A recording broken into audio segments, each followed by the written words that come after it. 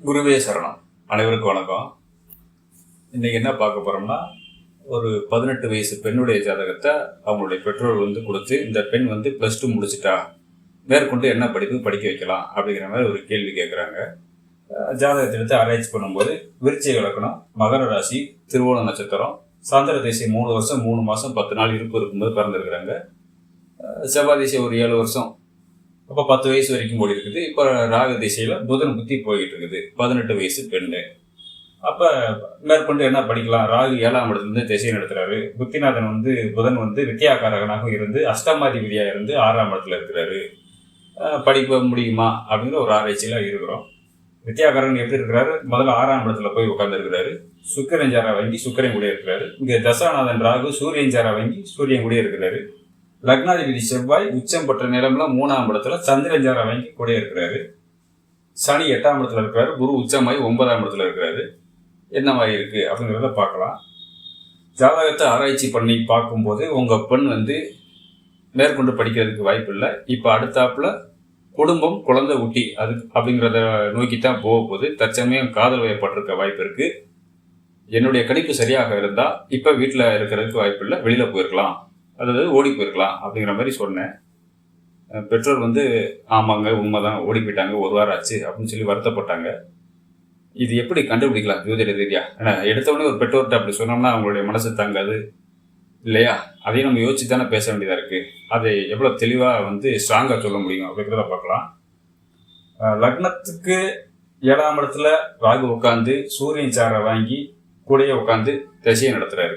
சரியா? 7ஆம் இடத்தை இயக்க போறாரு. அதுக்கு அதிபதியான 7க்கு அதிபதி சுக்கிரன் 6ஆம் இடத்துல இருக்காரு. இந்த சுக்கிரன் 7க்கும் 12க்கு அதிபதி. ரைட்டு. சூரியன் சாரா வாங்கியிருக்கிறாரு. இந்த லக்னத்துக்கு 10ஆம் இடத்து அதிபதி. கர்மா ஆக்டிவேட் ஆகுது. கர்மா ஆக்டிவேட் ஆகுது இல்லையா? எந்த ஒரு ஜாதகத்துக்கு 5-10 கனெக்ஷன் வராம அது சுப நிகழ்ச்சியோ அல்லது அசுப நிகழ்ச்சியோ நடக்காது. இங்கே சூரியன் 10க்கு அதிபதியா இருந்து கூடையே உட்காந்துருக்கிறாரு. ஏதோ ஒரு விஷயம் நடக்க போகுது அப்படிங்கிறத புரிஞ்சுக்கலாம். சூரியன் சாரா வாங்கி ராகு திசையை நடத்துறாரு. 7ஆம் இடத்துல உட்காந்துருக்கிறாரு.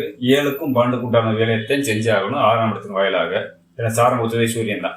ரைட்டு. இந்த திசையில 7ஆம் இடத்தை இயக்க போறாருன்னா களத்திர உருவாக போகுது, தாம்பத்தியம் கிடைக்க போகுது, அதன் மூலியமாக பிரச்சனை உருவாக போகுது. கூட இருக்கிறது புதன் புத்திகாரகன் 8ஆம் இடத்தை இயக்க போறாரு. 8ஆம் இடங்கிறது அது அவமானம், பிரச்சனை, மாங்கல்யம், எதை வேணாலும் சொல்லலாம். 11ஆம் இடம் காதல், புதன் காதல் கரகம் தானே அப்படின்னு சொல்லலாம். ரைட்டு. லக்னாதிபதியோட நிலைமையும் புரிஞ்சுதானே சொல்லணும். லக்னாதிபதி செவ்வாய் மங்களகாரகனாக இருந்து சந்திரன் கூட உட்காந்து சந்திரமங்கல யோகமாக வேலை செய்யணும். ஏன்னா சந்திரன் 9க்கு அதிபதி. இந்த லக்னத்துக்கு பாக்கியாதிபதியும் அவர் தான், பாதகாதிபதியும் அவர் தான். லக்னாதிபதி கூட சேர்ந்து உட்காந்துருக்கிறாரு. சந்திரன் ஜாரத்தி அவங்கள செவ்வாய் உச்ச பலத்தில் இருக்கிறாரு. ரைட்டு. அப்போ என்ன முடிவு பண்ணலாம்? இந்த பெண்ணு பிடிவாதமாக இருக்கிறாங்க, காதலிச்ச பையனத்தை கல்யாணம் பண்ண போகிறாங்க அப்படிங்கிற ஒரு முடிவுக்கு வரலாம். ஏற்கனவே ஒரு வீடியோவில் என்ன செய்துக்கிறேன், சுக்கிரன் புதன் சந்திரன் எந்த தசாபுதியோட சம்மந்தப்படுறாங்களோ அப்போ காதல் கண்டிப்பாக வரும் அப்படிங்கிறத புரிஞ்சுக்கலாம். புத்திநாதன் யாரு? புதன் கூட சுக்கிரன். லக்னாதிபதி செவ்வாய் கூட சந்திரன்.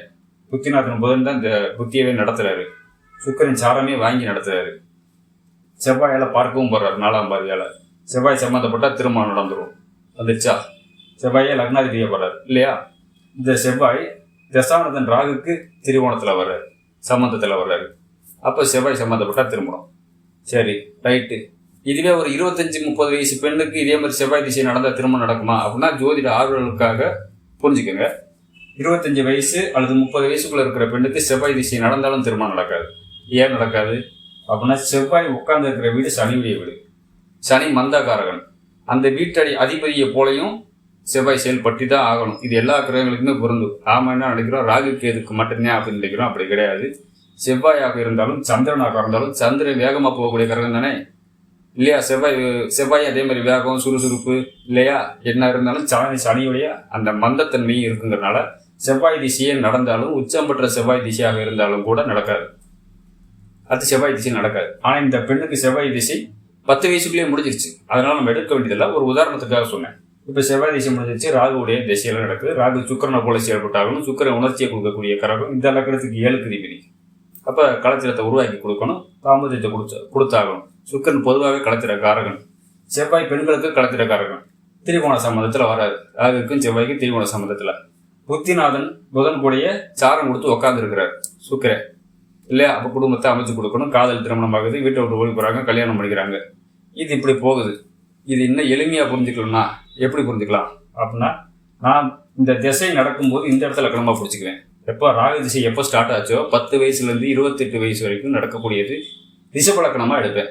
ரொம்ப எளிமையாக ஆன்சர் கிடைக்கும். பாருங்கள், இப்போ இந்த இடத்துல லக்னாதிபதி சுக்கிரன், இந்த இடத்துக்கு லக்னாதிபதி தானே சுக்கிரன், லக்னாதிபதி 6க்கு அதிபதி 12ஆம் இடத்துல இருக்கிறார். இந்த இடத்துக்கு 12ஆம் இடத்துல, 12ஆம் இடங்கிறது வெகு தொலைவு போகிறது அல்லது ஓடி போகிறது, வெளிநாடு போகிறது, இதெல்லாம் குறிக்கக்கூடியது இல்லையா. அப்படிங்கும்போது லக்னாதிபதியை 12ஆம் இடத்துக்கு போனால் தொலை தூரமாக போகிறாங்க அல்லது உடம்பு சரியில்லாமல் படுக்க போகிறாங்க. 12ஆம் இடம் படுக்கை, ஜெயில், தண்டனை, இதெல்லாம் குறிக்கக்கூடியது. அப்போ லக்னாதிபதி ஆரோக்கியமாக இருக்கிறார், செவ்வாயுடைய வீட்டில் உட்காந்துருக்காரு, உடல் ரீதியான பிரச்சனை இல்லை சரியா. பிடிவாத குணத்தினால வீட்டை விட்டு போக போகிறாங்க. வீட்டை விட்டு போய் என்ன பண்ண போகிறாங்க, கூட புதன் கூட உட்காந்துருக்காங்க. புதன் தான் புத்தி நாதன். இந்த லக்னத்துக்கு 2க்கு 5க்கு அதிபதி, குடும்பத்தையும் குழந்தையும் உருவாக்கிக்கிற போகிறாங்க. புதன் 5ஆம் இடம் காதல் ஸ்தானாதிபதியாக வருவார், குடும்பத்தை அமைச்சு கொடுக்கக்கூடியவர். லக்னாதிபதி சுக்கிரன் ஜாரமே வாங்கியிருக்கிறார். அப்போ புதன் புத்தியில் திருமணம் அமைஞ்சிரும். செவ்வாயுடைய பார்வையில் 4ஆம் பார்வையில் இருக்கிறாங்க. செவ்வாய் இந்த லக்னத்துக்கு 7க்கும் 12க்கு அதிபதி, களத்திர காரகன், பெண்களுக்கு களத்திர காரகன் சொல்றோம் இல்லையா. இந்த இடத்துக்கு களத்திர ஸ்தானாதிபதியும் அவர் தான். அவர் பார்வையில சந்திரன் பார்வையில உட்கார்ந்துருக்கிறாங்க. அப்படிங்கும்போது புதன் புத்தியில இந்த பெண்ணுக்கு திருமணம், அது காதல் திருமணம், வீட்டை விட்டு ஓடி போய் திருமணம் பண்ணணும் அப்படிங்கிறது இந்த வாயிலா பார்க்கும்போது ரொம்ப எளிமையா இருக்கும், புரிஞ்சுக்கிறதுக்கு ஈஸியா இருக்கும். இப்போ வீடியோவில் சைடில் ஸ்க்ரீன் போட்டு கொண்டு வரும்போது ஒரு சில பேருக்கு புரிஞ்சிருக்கும், ஒரு சில பேருக்கு புரிஞ்சிருக்காது.